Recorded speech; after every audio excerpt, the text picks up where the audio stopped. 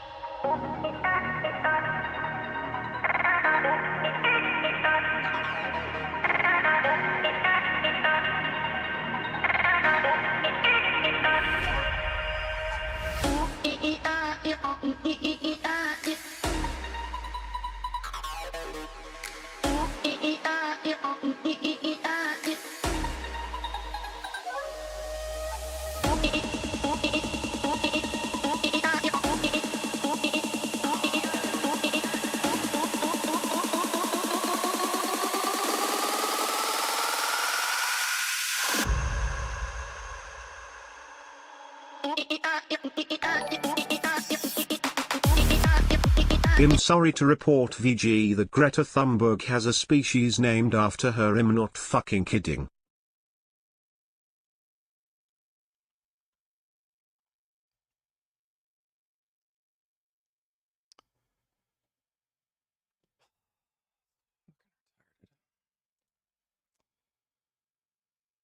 Oh.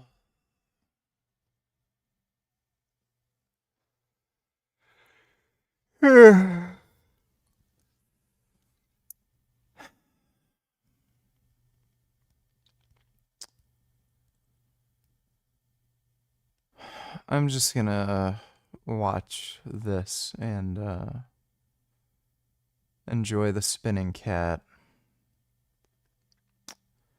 I'm gonna try not thinking about these things. Thanks for the donation, Dodo. CDG donate tellers, can you just try to use Twitter, join the debate? No. Audio will work fine. I don't know what you're talking about, dude. Just try. Yeah, sure. I'll wait in a queue for 2 hours, and then he'll either end the stream or the audio doesn't work. Yeah, great idea. Like every other fucking time I've tried to join somebody's fucking debate stream. Yeah. Get fucked. I'm not falling for that bullshit again. Thanks for the donation, CDG.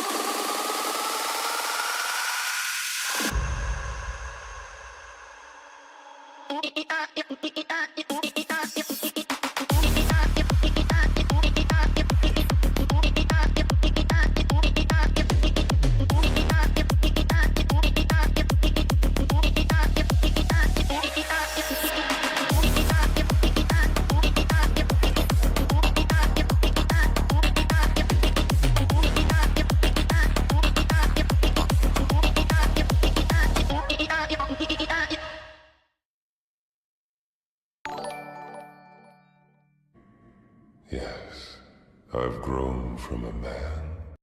SV donated $5. For this year's Halloween, I have decided to be real. So does that mean you'll start taking things more serious? Oh God, no!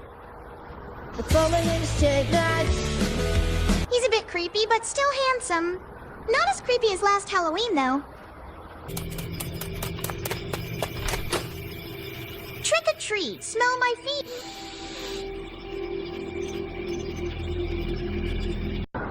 For this year's Halloween, I have decided... That was strange. Thanks for the donation, SV. Have I played Mind's Eye? No, I'm not a fucking retard who'd waste $80 on a piece of shit broken game that doesn't work. I don't know why the fuck you'd ask me that. Yep. It's just so crazy from doing a whole stream breakdown of events, multiple interviews with mainstream media, and playing this event so much, playing it up so much to, I don't know anything about it. I don't give a, who gives a shit? Who gives a shit? What do you, why would you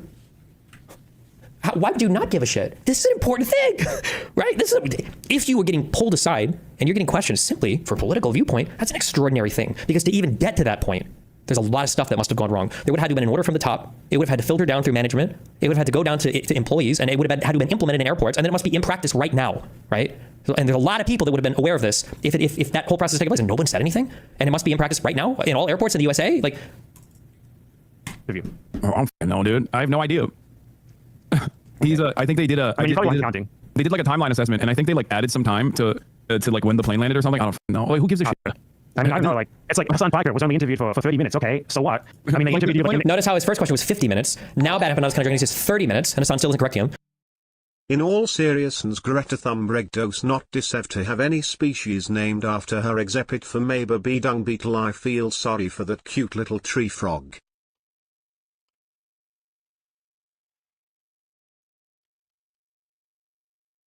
I think, it'd be best if she was just forgotten. So don't name anything after her, don't give her attention, don't look at her social media bullshit.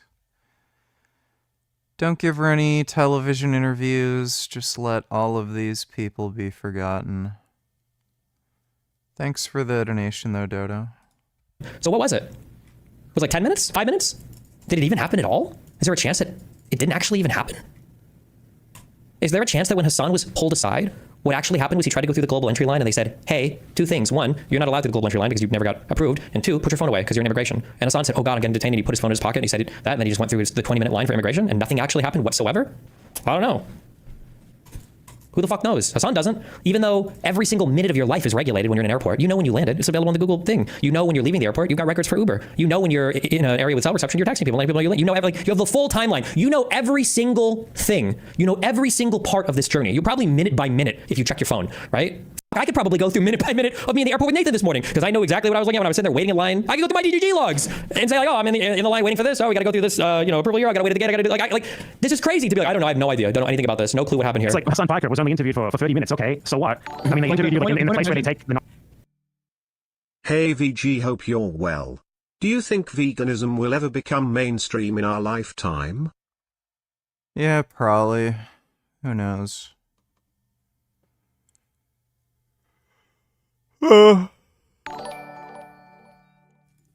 Some fucking idiot might run me over on the highway, so I don't know if it'll be my lifetime, but thanks for the donation, E-Nation. SV donated $2. Say potato if you're real. Hey, you are my first match. A day to try to make a better first mistake. Say potato, Elizabeth. BTW, if you don't mind me asking this. Why are you on Tinder? Personally, I think I'm not much into serious stuff. Say potato. Say potato. Say potato. Say potato. Say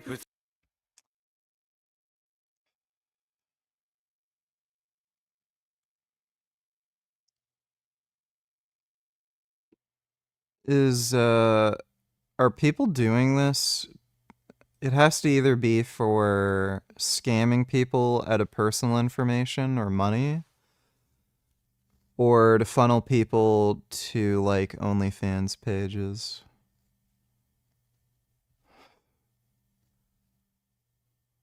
The bot thing is actually pretty serious. Like, the dead internet theory might actually become real.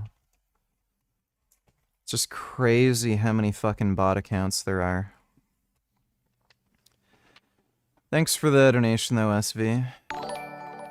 Say potato if Did you donate? say if you're real.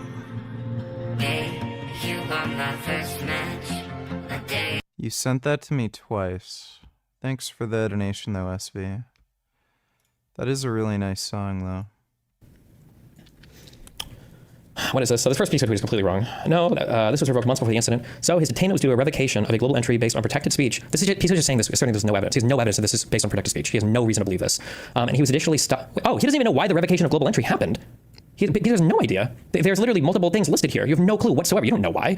And he was additionally stopped and questioned on that exact same rationale. And he also, Piso doesn't know that. Piso is literally just fabricating stuff here. This is really, really, really, really, really bad. Oof, where's Rob Norat? This would be the exact debate that I would want to take up. Oh, man. It's viewpoint discrimination rationale for the stop and question, regardless of how you slice it.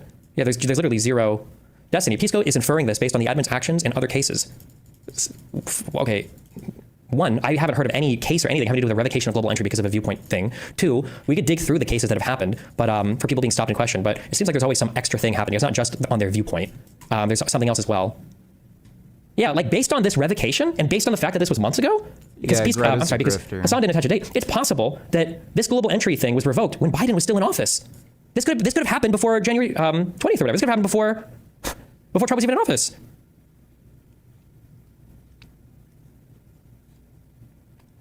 If his stop was based on a revocation, which is unlawful viewpoint discrimination, then the stop itself is grounded in unlawful viewpoint discrimination. What? No. Moreover, he wasn't just told to get a normie line, he was specifically questioned on similar topics. Okay, this is a... In this historic archive, we witness Richard Burgess dressed in all black in Tyson, working a labor job pushing a wheelbarrow, prior to becoming Vegan Gains.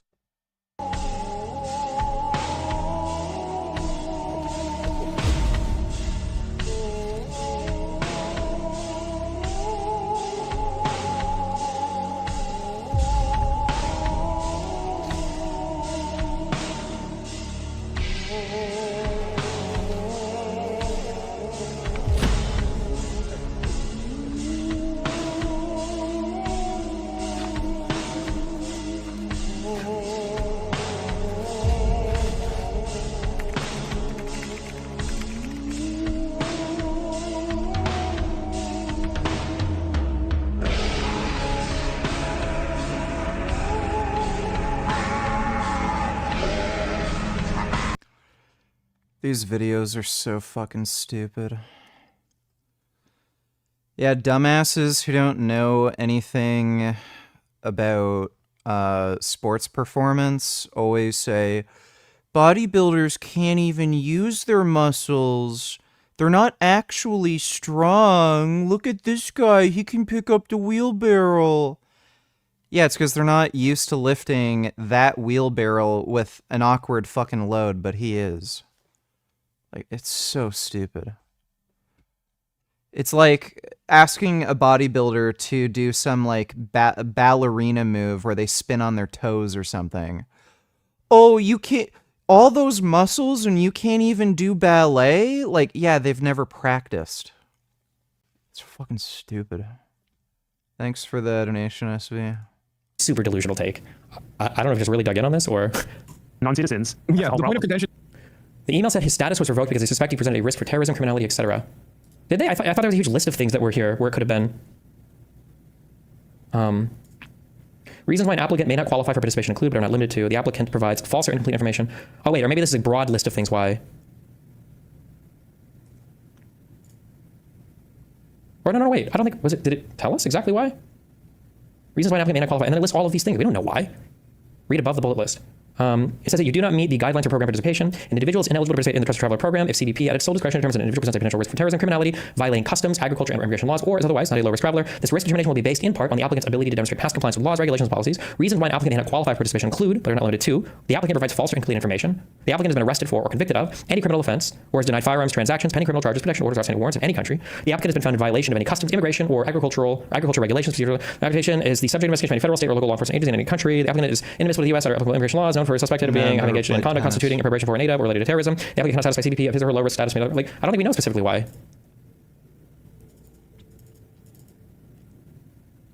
Like, what I'm curious about, and because Hassan is like trickling out info here, I wonder if this was like a response to him being rejected because he didn't show up with his passport, and they denied it because of that. The applicant provides false or incomplete information on the application. Maybe, but I don't know because we don't know all the info here. But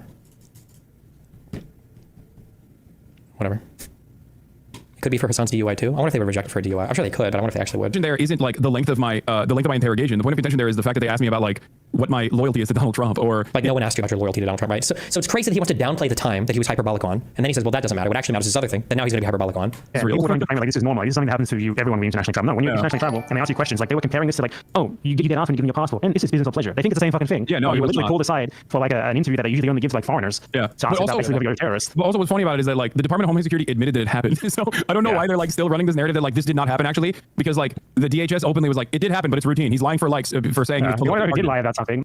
He talks about the time leading up to revocation. Listen for about 30 seconds from here. Ugh, I don't care about this. Nothing's going to come from this. So, was it revoked before Trump's inauguration? No, after. After. I got conditional approval. SV donate $2. How do I get a date with that handsome devil in tan? I can ask him and follow up with you. I'd really appreciate it. Tell him I like long walks and I can bring treats. He said, do you like it? Oh, yeah. Do you like it? Oh, yeah. Do you like anal? How do I get a date? Thanks for the donation, SV. Approval before, way before Trump. I got conditional approval in 2024. I got a full-blown approval notification on after Donald Trump's inauguration on 2/6, and then the revocation on 3/5. And I didn't even know that it was revoked. And it's really interesting because when I entered the country through global entry. Wait, I'm so confused. So he went from conditionally approved. That means you have to come back to the country, or you've got to go do an interview. But it got approved without him doing an interview? Or it wouldn't just randomly get approved. You have to do an interview at an airport. When I did it, you had to do an interview at the airport. But then he's saying that it got revoked after he did an interview. And then he said he didn't know that it got revoked. But I thought that the email that he posted was responding to a redress form. So how did he not know that it was revoked? What was the redress that he was asking for? Didn't it say that? Thank you for submitting your traveler inquiry form and identity documentation to the Department of Homeland Security Traveler Redress Inquiry Program. So what? They didn't even actually tell me that I didn't have global entry. Well, it sounds like they literally told you, or he's saying they didn't tell him at the airport. It sounds like they told him in an email. At no point in that detention did they ever say I don't have global entry. When the Customs and Border Patrol, when the Department of Homeland Security released a statement, they didn't say, like, it was not even a consideration at all, which is very interesting. Yeah, Jabroni, I already answered your fucking question, so if you're not going to listen to anything I say and then ask the same fucking question over and over again, you can just fuck off. I think they let you reapply in a year. I don't think I'm going to reapply in a year. Now, global entry simply is... I think he's just lying. I think he made some shit up because he knew we get a story on it. I should just make shit up for my stuff. But when the FBI was at my house a week ago, he point blank said, you know there is no freedom of speech right now on the internet. He said that to me. I was like, that's kind of a fucked up thing to say. But I get what he was saying. You just be careful making death threats, I guess. My SV donated $2. Oh, such a happy penguin. Oh, that's a happy penguin. Oh my god. Dude, I wish I could be paid to be friends with penguins. Thanks for the donation, SV. My story is more scary than this bullshit. What the fuck? They showed up at my house. Hassan, XTC reacted to your take on the ICE protest. Just wanted to say you're 100% right. You weren't defending property damage. You were making more consistency argument. People are mad about business getting hit. This is so stupid. It's so cringe. Whatever. I don't care. Stop. I don't care about the story anymore. I've seen this one too. She called me today. She said, you need to get out of LA. LA is burning. Aren't you scared? Meanwhile, this is what's going on in LA. Thank you so much. Keep in mind also, LA's a fucking huge place, guys. I actually can't draw LA, even though I kind of lived there for 3 years. But it's like, it stretches everywhere, whatever. But it's like, this is like LA, and the protests are like, I think they're like here. And people are like, LA is on fire! Ah! It's like when I was flying into Sweden with Melina, and I'm looking out the window expecting to see the whole country engulfed in flame. Thank you. God, next. Sometimes people look at me crazy when I say I live in downtown LA. They're like, I'm scared to live there. Tell me you don't get it without telling me you don't get it. Tell me a city that shows up to defend its citizens the way LA shows up to defend its citizens. This is also true, I think. Like, this is true every place. I feel stupid repeating shit. The next thing you know, they're going to be naming a brand new species after Hassan. I wonder what will it be called? Hassan's bromeliad.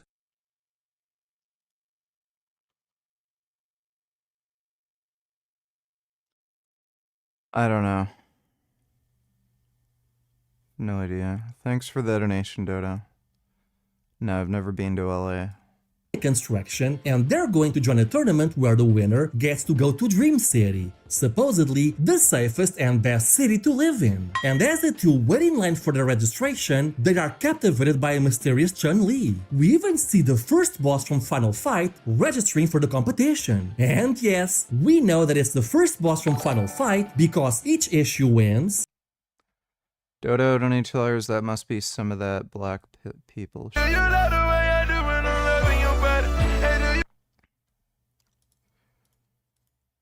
Okay, well, it's not a good song.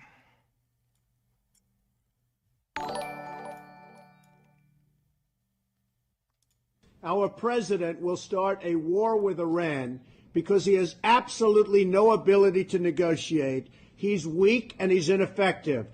Our president will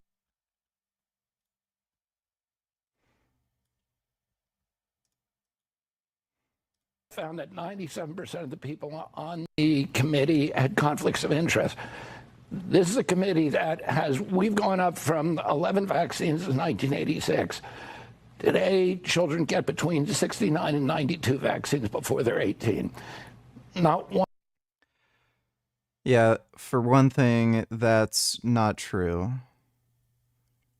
And secondly, yeah, you'd expect there to be more vaccines as time goes on, as more research occurs, there's more technology. One of those vaccines is ever really high. Those are not all mandatory. Those are all mandatory. And the reason there's 69 to 92 is some of the brands require 3 doses, some of them require 4.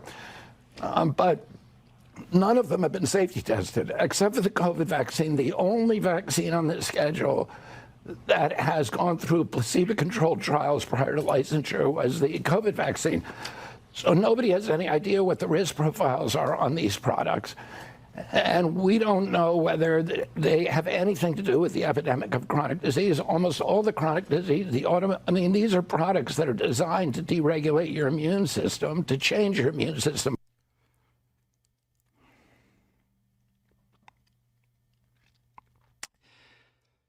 Yeah, you know what also affects your immune system and changes it and shit? Viruses. Getting an infection changes your immune system.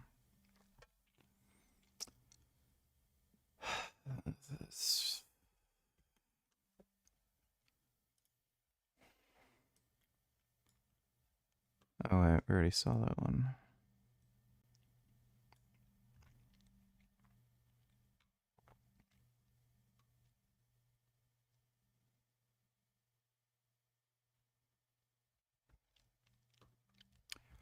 All right, well, thanks for the donation, Dodo. SV donated $2.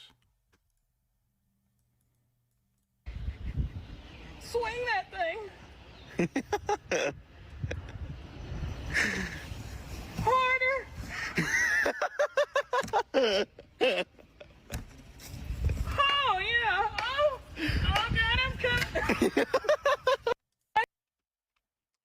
All right, thanks for the donation, SV. with an editor's note and general thoughts of the team who worked on this, and they've made it very clear that they're huge fans of Final Fight. Anyway, they each get their registration badges, and the boss from Final Fight starts up some shenanigans and gets instantly knocked out by Guile, who jumps out of nowhere before leaving. I hope you enjoyed this quick cameo of Guile, cause it'll be a while before he actually does anything. Ken and Ryu then take the subway home, and some gang members dressed like the Kiss Band are harassing people. Ken stops him with a hurricane kick, but he's knocked out by Kiss Band member Gene Simmons. Like, they're not even trying to hide it, that's just Gene Simmons. Oh, and yes, he's trying to do essay to some random woman. Yeah, one thing this series really loves is to let you know that a character is evil by having them do essay to someone. Just a warning. Anyway, Ken's knocked out and Ryu finally decides to intervene and fires a Hadouken wave, who in this universe is the equivalent of a Kamehameha wave and the Saint Seiya special attack all rolled into one. More on that later. Gene Simmons is instantly knocked out, with some honestly really good art. And once that's done, the two get off in what looks like ancient China, where they meet their master, who I'm just gonna call Shanglong from here on out. Oh, and by the way, this dude, yeah, you're not ready for the kind of bullshit that this dude pulls. Just you wait and see. Anyway, Shanglong SV donated $2.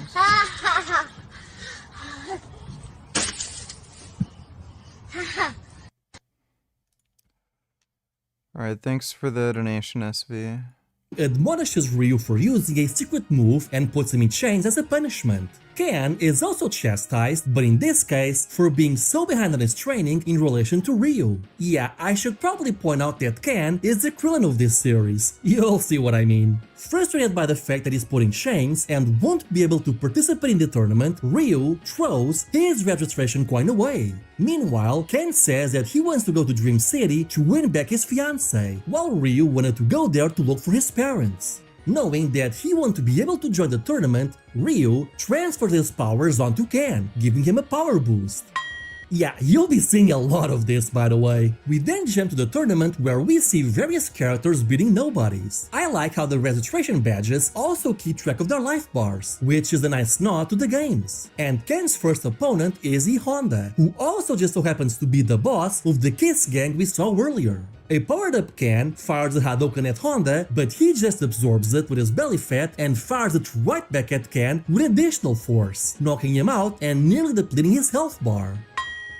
And then Ryu jumps in to save Ken. And before we move on to the next issue, I like how every issue ends with an editor's column, pictures of the team members, and their thoughts and news on popular video games. You'll see them talk about Final Fight, Street Fighter, the Super Nintendo, the Game Boy, and even the multi-game Dr. 2, which is a piracy tool for copying Super Nintendo cartridge ROMs to your computer. And reading these, it really comes across how the team behind this series really loves video games, even if they clearly went their own way with the plot here. Anyway, Ryu jumps in and tries to choke Honda like he's Jabba the Hutt. Also, just how big is Honda? Regardless, things aren't going their way, and Ryu remembers his training, and we'll learn that the Shoryuken harnesses its powers from your...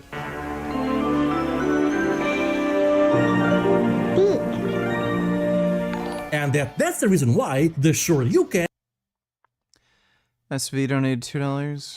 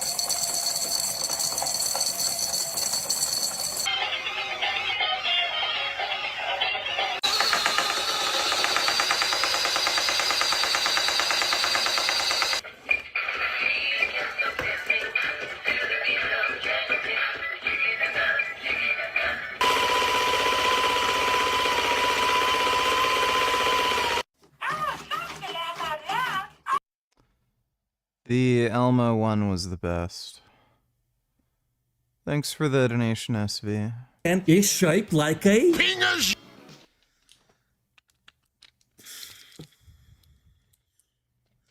This is real. Like, this is actually real. I have no words for this. Okay, technically, these are meant to be acupuncture pressure points, and it picks the perineum, which is basically Ryu's taint area. But come on now, it's pretty clear what they meant. Whoa, whoops, oh! I dropped my monster Oryuken that I used for my Magnum Dong. With the power of Pingas unlocked, Ryu somersaults and pulls an inverted Shoryuken. This hurts Honda and leaves a massive crease on his skin, but it still doesn't down him. Gallant Chun-Li recognizes technique, and as Honda begins to use his fist technique, Chun-Li jumps in for reasons unknown, and lightning kicks Honda, blocking all of Honda's attacks Dragon Ball Z style. A mysterious warrior with a sword stops the fight because the rules were broken, as not only did Ryu step in, but he joined the fight without a badge, so he takes Ryu for questioning. Honda keeps attacking Ken despite what happened, but is saved by Chun-Li, who pulls him away and leads him out of the tournament to go look for Ryu's badge so that he can avoid being trialed for joining the fight as a spectator. As Ken gets a good look at Chun-Li, he's reminded of his time with Eliza and how he never took his training under Shanglong seriously. Ken buys Eliza a wedding ring and he proposes to her, but turns out that someone else had been in talks with Eliza's dad. Wait, that's Eliza's dad? I don't see it. Anyway, the dude basically convinced her dad to allow him to marry his daughter, offering a golden rose as a gift and pass it to Dream City. Ken of course tries to prevent this, but Eliza's dad guilt trips her into accepting the mystery man's proposal. Ken gets violent, but the dude easily knocks him out and tells him that this world isn't for the weak and that he can't protect her. And this is what motivates Ken to start taking his training more seriously. 21st don't need to tell us doctors or engineers.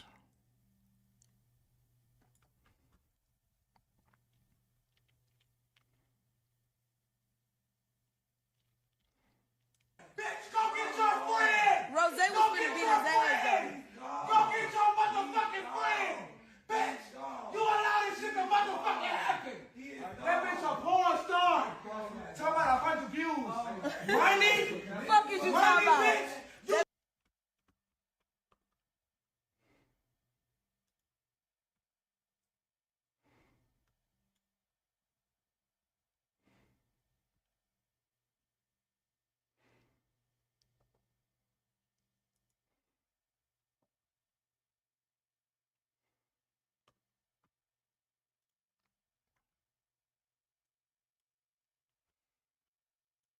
At the past, all the lessons that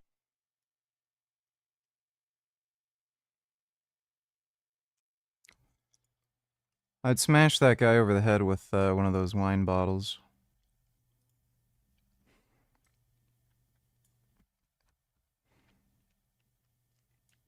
The video from Saturday appears to show a group of people, you see them here, shoving each other while disembarking a ship inside of a terminal in Galveston.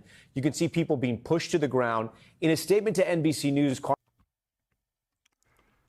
right, well, thanks for the donation, 21st. Fever Dream.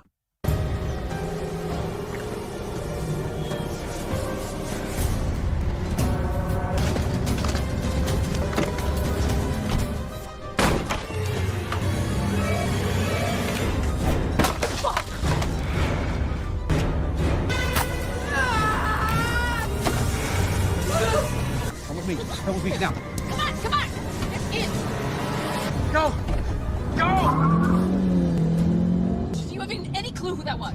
No clue? No.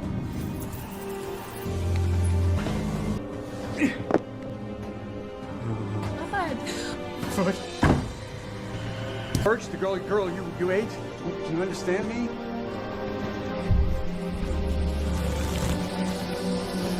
Are we gonna be okay? Okay. Jackson, you don't. Yo. Shit. That's really weird. Thanks for the donation, SV. Svaria reacts to someone criticizing his worldview.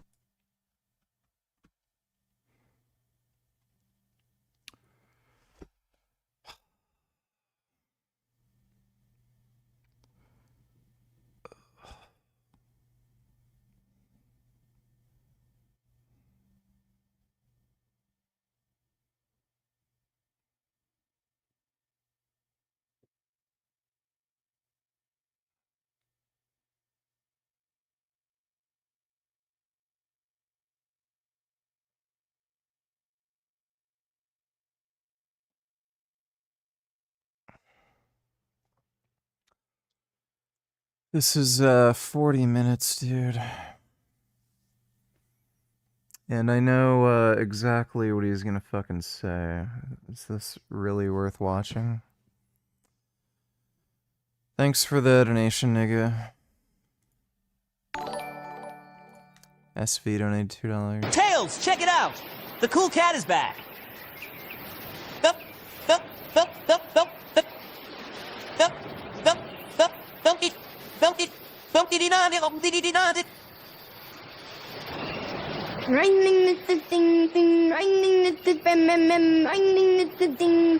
Tails, check. Alright, thanks for the donation, SV. SV donated $2.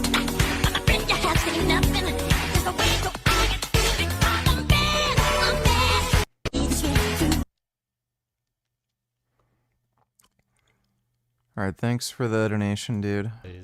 Lately, a lot of you have been commenting that I should review this video called Why We Must Exercise. Goatis, raw carnivores are wrong about practically everything. I don't know, as I guess it's, harmful to your hormones, or, you will look bad. And while that's subjective, they're overwhelmingly incorrect. But before I... Subjective health, even up muscles... by Goatis. And this reputation of him and his mentally ill fans, these people might otherwise be productive people. He and his period believed it is, and instead of dealing with that, I have to make an emotional script and respond to somebody and call the fans of this guy mentally ill. It just seems like you're attacking somebody instead of attacking or arguing with the points. It's all fine to call people names. I have nothing against it, and so on. So you don't do that. They recognized that the Faustian spirit, the endeavor to conquer, but he doesn't see it that way. He sees it that human beings are meant to be cowardly, shirking animals, avoiding their duty. Nobody says. I feel like the only people who would look up to this are already seeking something that is niche and alternative, and they want everything that was bad. He has little grasp of. You expect me to watch this? SV donated $2.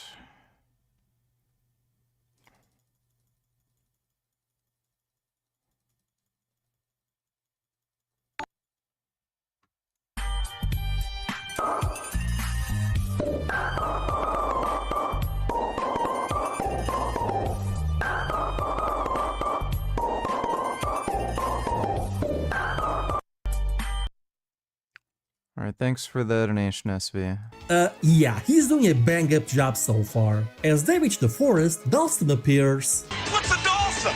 Oh! And it seems that he's an envoy of the White Ninja we saw earlier. So he starts attacking Chun-Li, and Jesus Christ! Yeah, that's not horrifying at all. Anyway, they start fighting and doing the Dragon Ball lightning punch thing. I also like how the characters are propelled onto trees, breaking them and leaving piles of dust. I know Dragon Ball wasn't the first to do it, but the way it's done just seems heavily inspired by that series. And I gotta say, the fights are not only really well done, but they're also imaginative. I especially like the part where Chun-Li is kicked onto a lake and then creates a water whirlwind with a spinning bird kick. Using the character's trademark moves and then expanding them with new powers or abilities in imaginative ways is something of a staple for this manhwa. Anyway, Chun-Li defeats Dawson, who was trying to escape with an unconscious Canning Toad. And we then skip to a nearby cave where we get a glimpse of Blanca, who seems to be chained there. And he also has a little girl for a friend. You know... SV donated $2, let me see. Sonic! What is it, Amy? If I said I love you, would you say it back? Yes! I love you. It back! I am the glub glub gab gala, the swabble dabble wabble gabble.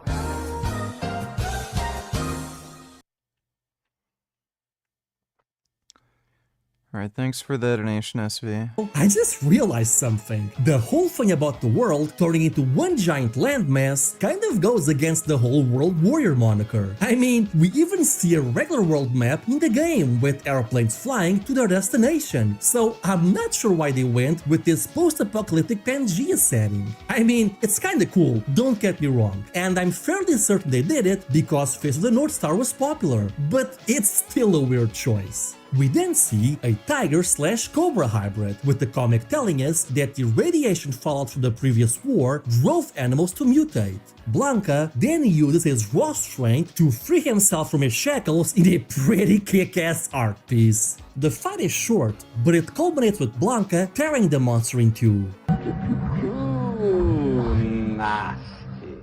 We then learn that Shanglong was the one who kept Blanca in chains, and when he questions why he broke free, Blanca immediately cowers. SV donated $2. Sonic!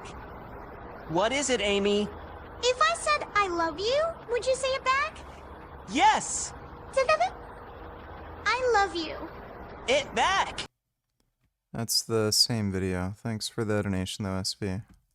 But this does not stop Shanglong, who fires a triple diagonal Hadouken while in the air, which... Did this series just predict one of Akuma's trademark moves? Blanca pushes the little girl into safety and then uses his electric attack to cancel the the Hadoukens, and rolls to safety. Shanglong is impressed that Blanca has mastered his abilities and tells him that he's free to go, as he has now reached his full potential and now has a chance of surviving this harsh land with his appearance. Okay, so I get that Shanglong imprisoned Blanca to train him, but man, he's kind of an asshole throughout this story. I wonder if he's hiding any more skeletons in his closet. But regardless, Blanca seems thankful for Shanglong's tutoring and leaves with the little girl in tow. Shanglong then looks behind him and sees Ken carrying an injured Chun-Li. Yes, apparently these two fights were literally happening next to each other at the same time and neither side noticed. Oh well, isn't that convenient? We now jump to an evil laboratory where Ryu and the other contestants are being held captive for research, and one of the scientists is shocked at Ryu's power level and his potential maximum. Yes, this is literally Dragon Ball now. We also learn that Ryu is reacting to some mysterious hormone he was injected with. Later, we see the white ninja who defeated Ryu report to his mysterious master.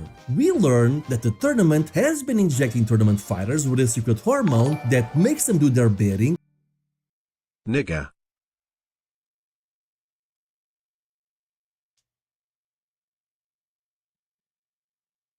Huh. Oh, that's ironic. Thanks for the donation, retard.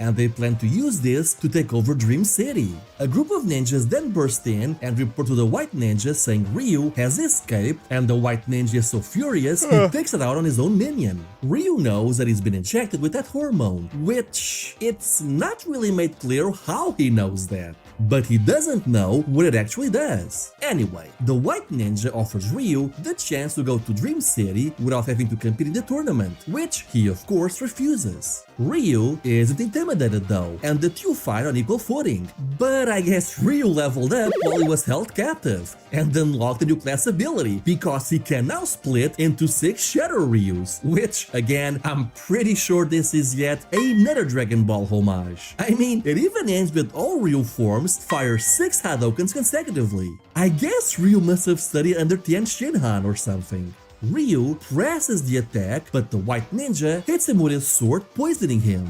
But now, Ryu switches from Dragon Ball to Saint Seiya and presses his fingers into key points in his own body to stop the poison, but Ryu defeats him with a one-handed Hadouken. We now jump back to E Honda, who is in recreation of his own video game stage, with maidens tending to his wound. And we also learn that Honda, like his Kiss Gang members, isn't afraid to take out his frustrations on maidens. Because that's what the bad guys in this series just like to do, I guess. And he then vows revenge on Ken, Ryu, and Chun-Li. We jump back to the fight against the White Ninja, and Ryu defeats him, but the force of his one-handed Hadouken also propels— If Iran knew he was gay they would kill him, and cute, frankly a man as vile as him would 100% deserve it.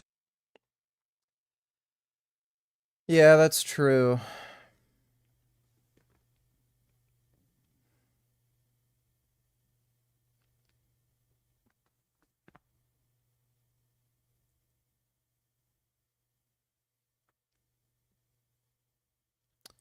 Thanks for the donation, Dodo.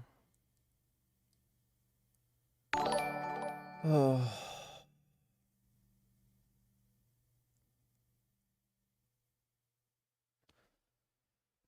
Man. Oh, I'm so sore all over. I really need that day off tomorrow.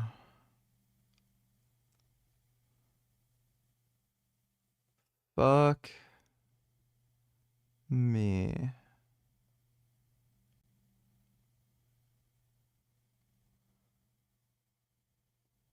Jesus fucking Christ.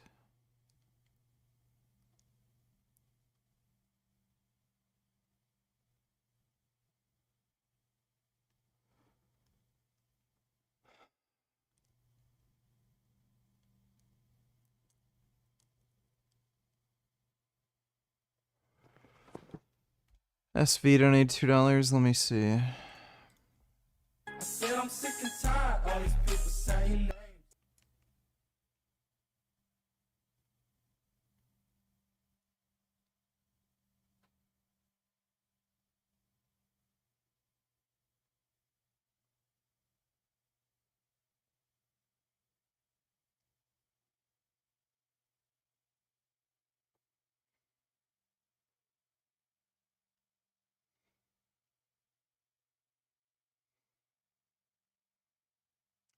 This is just stupid. Thanks for the donation, SV.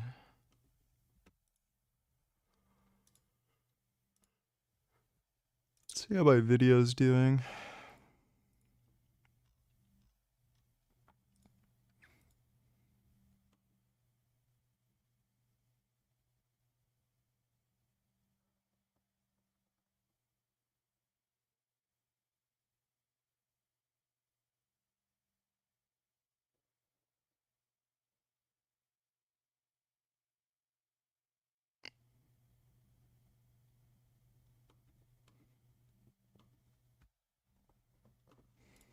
himself to the chamber of the White Ninja's master. But, sensing that he's hurt and outclassed, Ryu runs. He escapes, but his body heat is rising, likely due to the hormone. And just as he runs into the street, he bumps into E-Honda and his crew. One of the gang members attacks, but Ryu makes the gang member's hand catch fire just by looking at it. With his body burning up, Ryu jumps in Honda's I'll probably do an bathhouse, early which stream tomorrow, apparently 'cause I'm not is right training. next to where the tournament was being held and Ryu was captured. Yeah, geography is kinda weird in this series. But it also turns out that Ken and Shenlong also appear in the nick of time. Oh, well, isn't that convenient? When Shenlong touches Ryu, his hand freezes, with Shenlong casting an energy wave to break the ice. Shenlong tells Ken that Ryu's yin and yang are out of whack, and that he must help his disciple stabilize his energies. Meanwhile, E-Honda seizes this chance to attack Ken while he's defending Ryu and his master. And Shenlong tells Ken to focus his Hadouken and to shoot it like a pin popping a balloon. And he does it. Honda flies back like a balloon, being defeated by a single strike and scoring Ken's first victory in this whole run. The three return to Shenlong's retreat, where he tries to heal Ryu, and Ken notices that Chun-Li has disappeared. Shenlong tells us that Ryu's body is overcome with radiation, but that Ryu is a special case, where instead of hurting him, it just gives him more power. But his power levels are so high that he can't control them.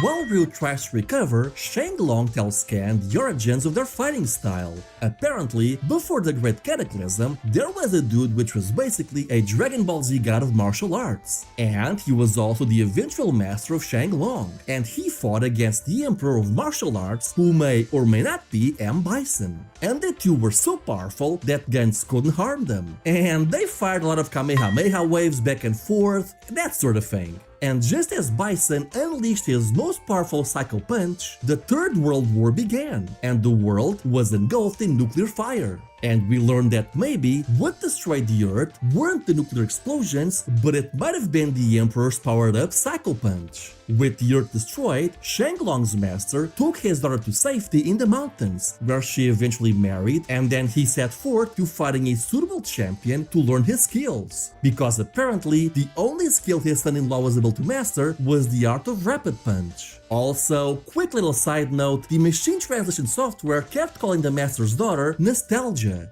Yeah, I don't know what's up with that, but I'll keep using that name from now on. So the dude eventually met Shanglong and brought him to his own retreat in the mountains, where Shanglong learned all of his skills except Rapid Punch, the skill that the son-in-law learned. But Shanglong also fell in love with Nostalgia. So young Shanglong, resentful that Nostalgia was engaged to someone else, got drunk one day and had his way with Nostalgia. Okay, what is it with this comic book and characters doing essay with every female character they see? And so, when Shanglong's deeds are discovered, he fights her fiancé and they do it on Ryu's stage. I swear, I wanna like this series because it has so many great things going for it, but why does it keep going this one specific route? Anyway, Shanglong wins and unalives the dude before running away, and Nostalgia swears vengeance. Shanglong becomes a vagrant and finds Sagat leading a group of bandits into attacking a village. And again? Seriously? We're not even 5 pages from the last one! How many times are you gonna keep doing this to me, comic? But we've got to do it from different angles! Again and again!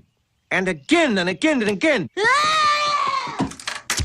Anyway, Shanglong sees this and gets angry, because they remind him of his own failings, so he defeats Sagat, creating his trademark scar, and marries the woman Sagat almost essayed.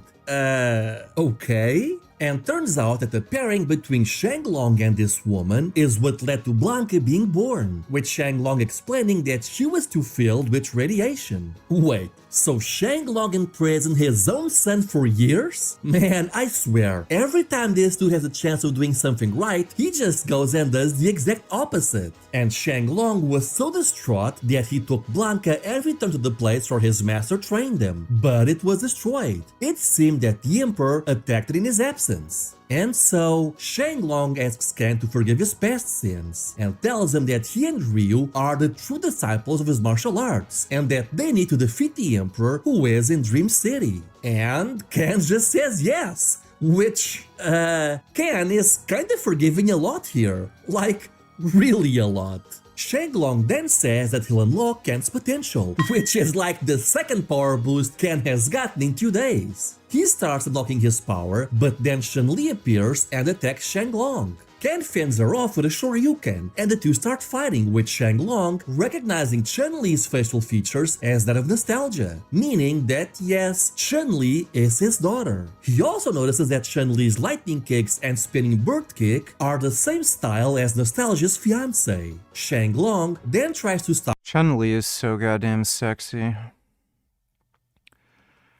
Her best sprite was definitely in Street Fighter 3 Third Strike. Her ass was so great. Her ass in SF6 is fucking phenomenal too. I wish Cammy was in Third Strike. That would have been great. Stop her without hurting her, but he takes a few hits along the way. SV donated $2.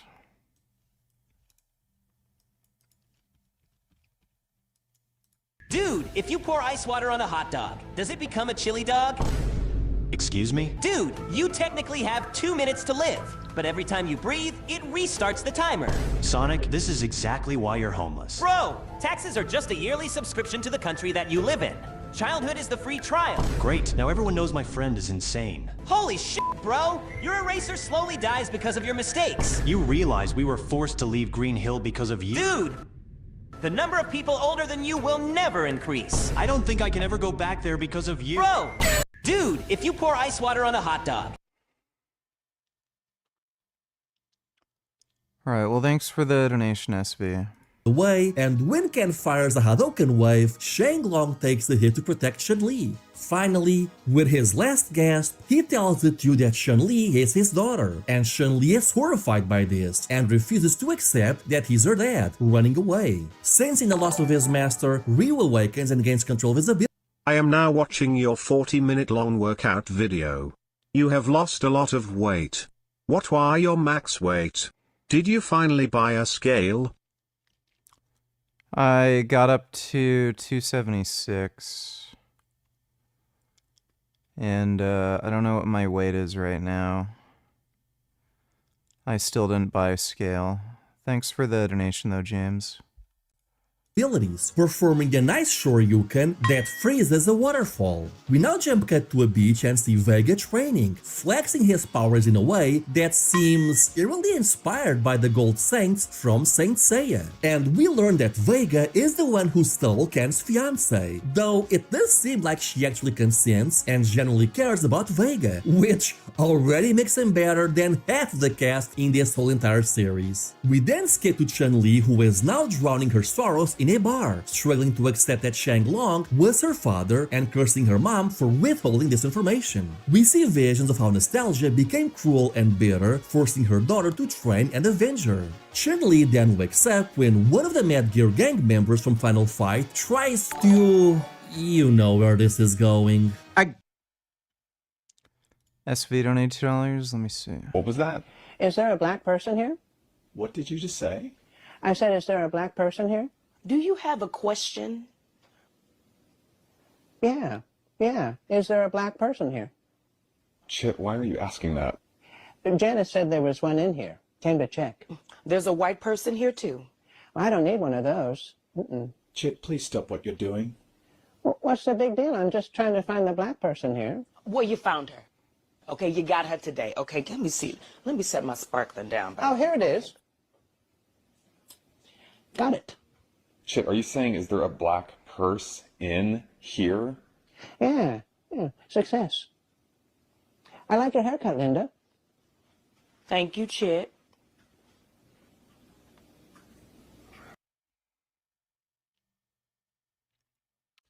It's all a big misunderstanding. Thanks for the donation, SV. Again and again! She ends up fighting the Mad Gear gang, but is defeated due to her drunken state. We also learn that Guile is in the same bar and that for some reason he has a photo of I don't Ken. do any drugs. And just as the Mad Gear gang was about to cross the line, everyone stops and sees Dalsum, who walks in, sees this scene, and fucking joins them. I was praising this goddamn series a while ago, wasn't I? But we've got to do it from different angles! The next issue, we have a cover featuring Guile, who looks like Dolph Lundgren if he had joined the K-pop band. Anyway, Ryu appears. With Ryu having gotten an Namekian Guru style power-up, he can now easily overpower Dalsum's Yoga Flame and stretch attacks. Oh, and also, Ken is there. He's taking on the...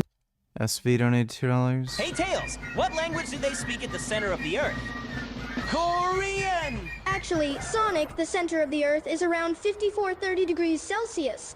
Nobody is going to live there, so they don't need a language. Korean! One of these days he won't wake up. For those who didn't get the joke, let me break it down for you. Watch my name and let me sing on This is getting out of fucking hand. You think so too, huh? Hey, Tails!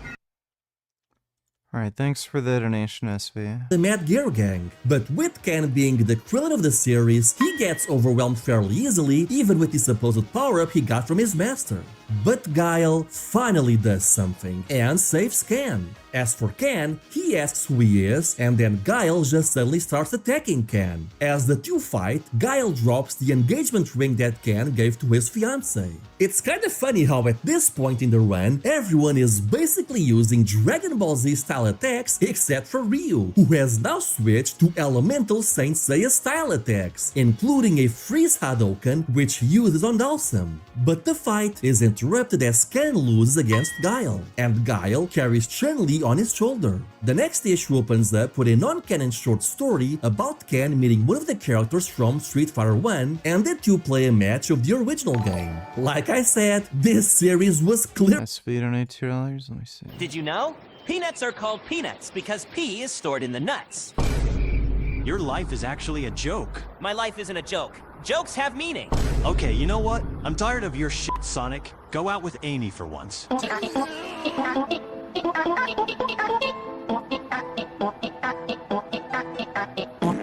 my whole life for this day. Whoa, whoa, Amy! You're not getting away this time, Sonic. Man, fuck it. What's the worst that can happen? Absolutely, the worst has happened. Did you know? Peanuts are called... Well, thank you for that, SV. Appreciate the donation. Clearly made by fans. We then jump back to the tournament arc. Yeah, remember that? We see Balrog fighting against a bunch of contestants at the same time, but one of them punches Balrog's fist so hard that his bones shatter. And I'm guessing that this disappointed M. Bison because he attacks Balrog and just rips the dude's arm in two. And then he just completely rips open Balrog, revealing that he was in fact a robot all along. That's an interesting direction. We then return to the Guile fight, which ends with Ryu and Ken teaming up and firing one big Hadouken that is part fire and part ice, defeating Guile. Which, you know, I gotta say, this game predicted the SV donated $2. I think guy number 2 is cheese. Let's find out if you're correct. All right, now don't freak out. I might freak out. I mean, you signed up for this, and you signed a waiver. You're cutting my hand off. I didn't sign up to not freak out. Okay, all right. Let's find out.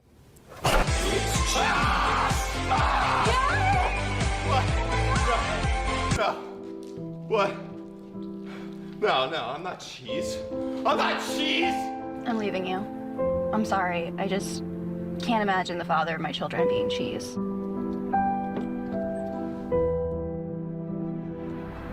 Grew back, didn't it? I think guy number 2 is cheese. That's pretty funny. That's a good one. Very weird. Oh.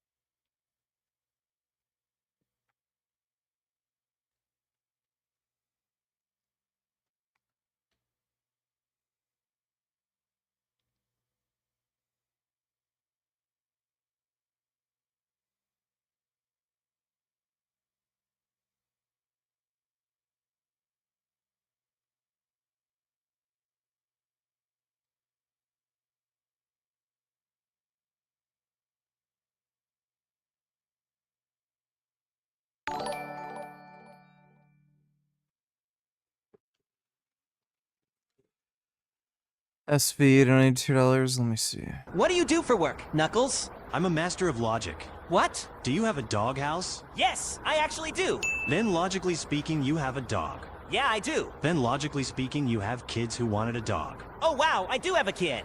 Are you winning, son? So logically speaking, you're married to a woman. Oh, wow, what? Yeah, I am. There you have it. Logically speaking, you're a straight man. Wow, that was incredible. To-do fucking lube. 6.5 hours later. Tails, I have a question for you. Do you have a doghouse? No. Well, logically speaking, that means you're gay. What do you do for work, Knuckles? I'm a... Alright, thanks for the donation, SV. Fire Hadouken about a year before Hyper Fighting came out. That's pretty impressive. SV donated $2. I now identify as invisible. Although I was born visible, I am now transparent. My pronouns are who, where. Sonic, come look at this. That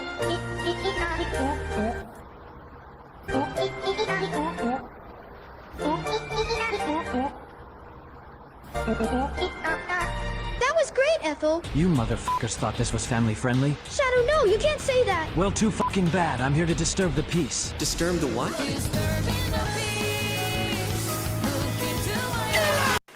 I now identify. Alright, thanks for the donation, SB. Dodo donated $2. Initial reports that American, British, and even French strike aircraft have entered Middle Eastern airspace to help with shooting down Iranian ballistic missiles. If/when they launch. Well, that's good. I would have dinner with the Japanese artist Hokusai. Most famous for the woodblock, and then it's now become everywhere, the Great Wave of Kanagawa. Yeah, he changed his name like 30 times during his career, and he did over 30,000 paintings and sketches, and I just think he's fascinating. Like, I'd love to find out about his life and about all his different kind of identities and the way that he saw the world. I think I'm quite fascinated by, so that would be a good chat. What a dumb, pretentious asshole. Liana definitely sort of sees herself as an equal to everybody. There's a lot of scenes where I'm standing in a room of grown men like twice my height and 3 times my age, giving them orders and telling them exactly what I think about things, what Liana thinks about things. Liana had no fear with that. And something I get asked about with Game of Thrones often is like, how was that intimidating, like going onto a set full of like big actors and like so many like people older than you? I was never intimidated. It was so comfortable. I'd gotten more naturally with people older than me anyway. So I was just like so happy to be there. I just felt like... She's full of shit, by the way.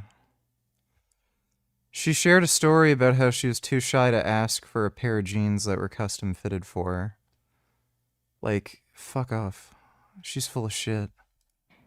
I was one of them. So that's probably a similarity between me and Liana. Yeah, sure.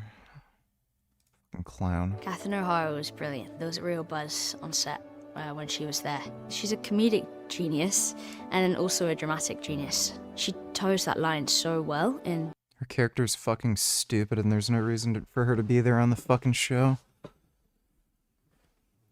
Such an idiot. Last of Us. Her emotions, like you feel everything that she's feeling at the same time when in the more like emotional scenes. So yeah, it was really cool to play with her, and very dynamic, I'd say, the scenes with her and working with her. It was, yeah, they were really good days. Shut up. 3 absolute wonders, I've got to say.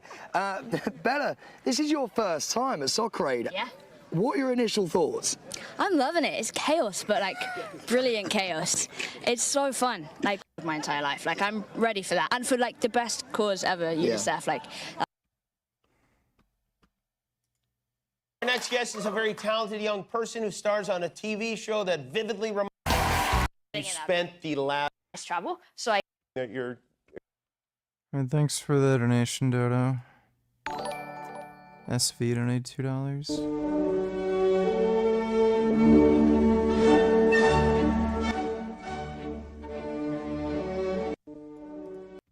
That's unfortunate. Thanks for the donation, SV. SV donated $2. Remember, everyone, life is hard, but you can be harder. Wait, no.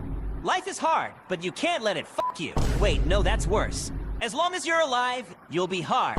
Wait, what? If life is getting you down, don't worry. I know you can come on top. Wait, fuck.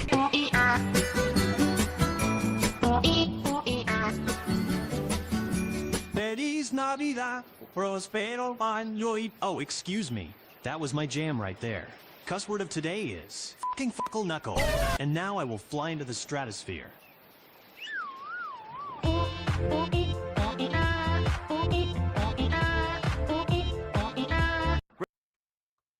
Thanks for the donation. Have you ever had a dream that you want? Stop it, little bro. Guys, the weird cat has shown up again. It just keeps dancing. This job is for Tails. I'll take care of it. Go, kitty, go! 体は猫でできている。潜伏変身。おピリラーゲオンディディディラーゲ。Wow, the creature is fighting back. Whatever the this is, it's quite entertaining. Where the heck is everybody? That guy looks very chill. Alright, thanks for the donation, SV. So this is it. This is my life. Just existing right here.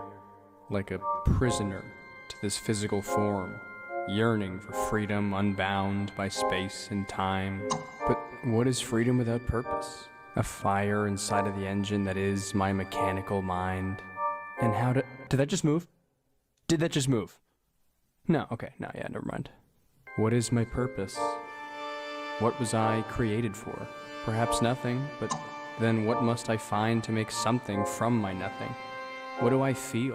What does feeling mean? I feel something inside of me, something dark, something unwanted, or is it the feeling of wanting? The feeling is growing. I feel only this feeling, as if it were an equal being to me. The feeling is me. I feel it. I feel him, and he has arrived. I feel better. Alright, thanks for the donation, SV. Do you like any vegan Indian foods? They're so flavorful. Had vegetable picoras the other day, so good. Yeah, I like Indian food. Pakors are good. Thanks for the donation, A-Nation.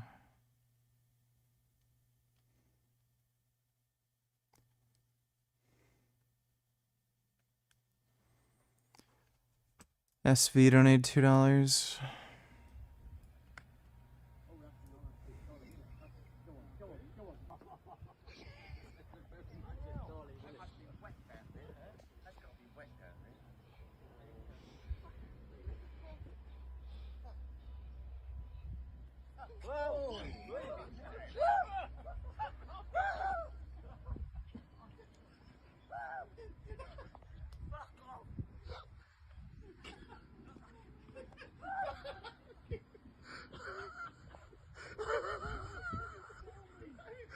That's gotta be fake. Yeah, that's fake. Thanks for the donation, SV. Actually. Okay, not gonna lie, this battle was amazing. Seriously, this manhwa does shonen style battles so damn well. I would seriously watch an anime based on this, though preferably without all of the Again and again! Yeah, that. We then return to Bison's throne, as he shows his disappointment towards the Balrog robot. But apparently, the scientist who built Balrog has just constructed a new and improved version, whom he calls the Fist God. Vega shows disdain towards this new model, and Bison suggests a fight between the two to show how much the new model has improved. Vega slashes Balrog, but it turns out that this comic series is now taking cues from the Terminator, because Balrog is now made out of a liquid metal, and just like in Terminator 2, it reforms, defeating Vega and leaving him worried that he might be demoted to 4th place. Bison, on the other hand, is impressed with Terminator Balrog. And finally, we jump back to Ken, who is in a military base and steals a jet, likely headed to Dream City. But Guile is there to stop him. And I'll end the story here, because all of these immense plot lines was just 8 issues. I repeat, 8 issues. There are 113 of these. Like, do you see the breakneck pace at which the story goes? I don't know if they did this so as to motivate the reader to never miss an issue, but geez. But I have a bigger question. Who does this military base even belong to? I mean, the comic made it clear that the world is just one big Pangea, so there shouldn't be any countries and definitely no United States. Right? Wrong. This is the world of Street Fighter according to this comic series. And if you think the plot is insane now, believe me, this is just the beginning. There's a seer who predicts that the 8 playable characters from Street Fighter 2 will start the Fourth World War, which will be fought with martial arts. We learn that the USSR is still active and Gorbachev is a pretty major character in the series, as he wants to use Zangief to take over the world and defeat America. And I'd like to remind you all that Zangief standing in the game is just him and Gorbachev dancing.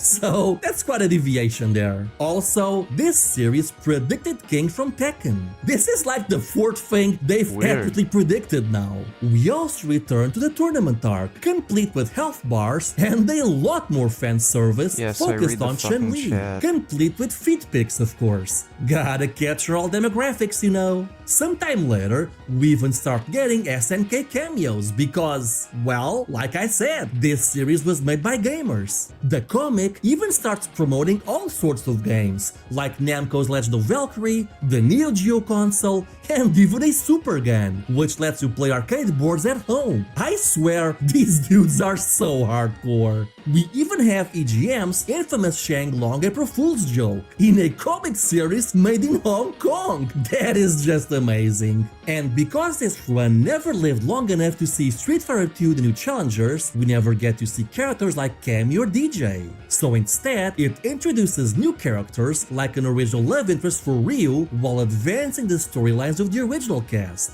But once we get to issue 65, something incredible happens. Street Overlords became officially licensed. Yes, after 65 issues, this bootleg take on the Capcom series has become an official entry into the series merch. Ben Boyd, Donatellos, do you think I should show up to the No Kings protest tomorrow? Or do you think it's a waste of time? I don't know what that is, so I have no idea. Thanks for the donation, Ben Boy. Yeah, I played Earthworm Jim. That was a really good game. Played that on the Sega Genesis back in the day. Merchandising lore. And it makes sense too, because this issue is also touting the fact that the series has now sold over. Man, I love Chun-Li's butt. Her legs are just so muscular. I'd eat her ass.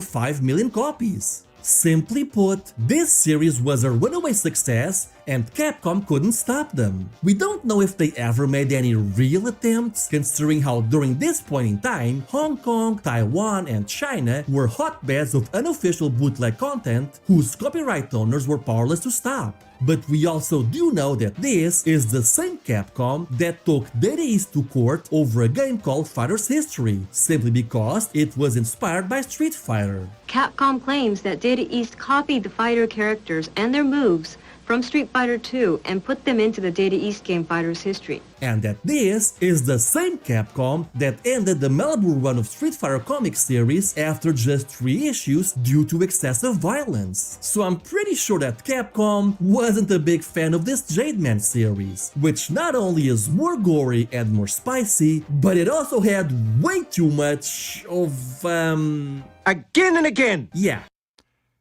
Supposed to be a nationwide protest on Donald Trump's birthday. I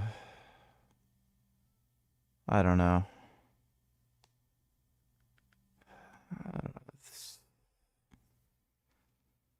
It's probably just a stupid waste of time.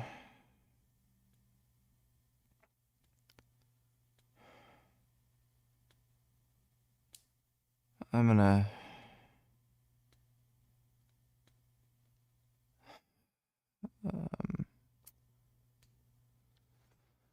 There's only 3 minutes left in this video. I'm just gonna finish this and then go to bed. I'm just fucking drained.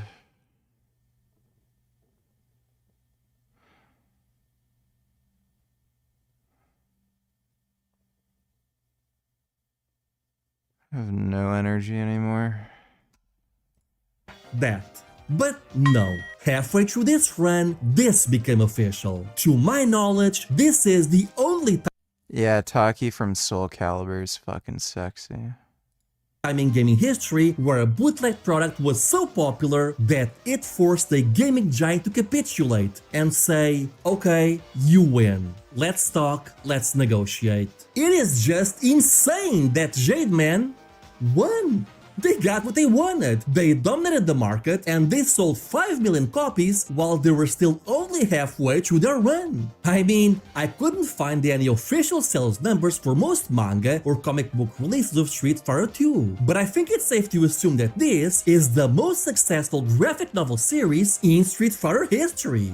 And now that they were officially licensed, they would sometimes proudly display the Street Fighter logo on their covers. And you'd think Capcom would rein in some of their insanity. But I think they knew better than risk on losing out on a profitable endeavor, because the remaining series would still introduce time travel, aliens, giant robots, and Dragon Ball's Vegeta. There's even an arc where Chun-Li and Ryu get married, and Bison is there to give him their blessing and walk his daughter to the altar. Just what is even going on anymore? It's just, I've been reading this for over 60 issues and I still don't know what to expect with each new release. They just keep giving their characters new powers and make them canon within their own continuity. And they just keep drawing their inspiration from different popular media from the 80s and 90s. I mean, you get Dragon Ball Z armor, but wait, now it's Star Wars. And now it's Akira. Wait, now it's the original Dragon Ball. No, wait, now it's a Terminator. No, wait, now it's Alien. You don't know what the writers are going to do next. You can't predict them. They're calling the shots and you're just along for the ride. And if they tell you that the cast of Street Fighter is going to fight the Frieza Force, well, then I guess the cast of Street Fighter is going to fight the Frieza Force. Oh, and don't forget about all the product placement either. Even the villains just start looking more and more like Dragon Ball villains. We go from Vegeta to the Frieza Force and then the cast just gets old. So you'd think they'd be drawing the storyline to a close, but no, it just keeps going. And then they even start sharing news on American comics, and you can see their influence here as well. You don't even have to guess where the team is drawing influence from because they just outright tell you. They even predicted the final boss from Street Fighter 3. Or maybe it's just meant to be Colossus, I don't know. Towards the end, you also start seeing a bit of X-Men in this. Or maybe he's just that guy from the Dragon Ball Android movie colored differently, I don't know. Honestly, it could be anything with these guys. You could have told me that they got the idea from the Looney Tunes and Dr. Slump and I'd believe you at this point. The one thing I'll give Capcom in all of this is that the essay came to an abrupt end after this series went official. I guess even Capcom had to put their foot down somewhere. So, should you read this? Absolutely! Not only are the storylines absolutely insane, but the pacing and battles are really well done. I thoroughly enjoyed this series. You know, except for some parts. Though by the end of it, it really just became... Didn't know about that Chinese Street Fighter comic. Alright. Well, I'm fucking exhausted. So I'm gonna go to bed. I have, no energy from training and dieting. And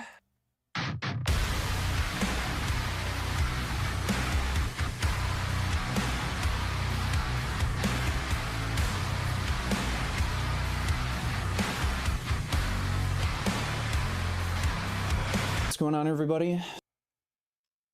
So be sure to watch the new workout vlog if you, the fuck wrote this? Atherosclerosis gains? Fucking retarded.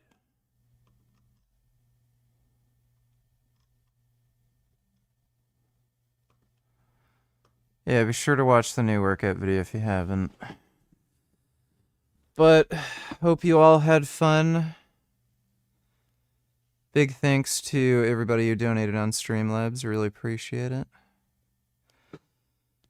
I'll be on tomorrow, and I'll probably be streaming in the afternoon because I don't have to train. So I'll have a day off and I can just stream earlier.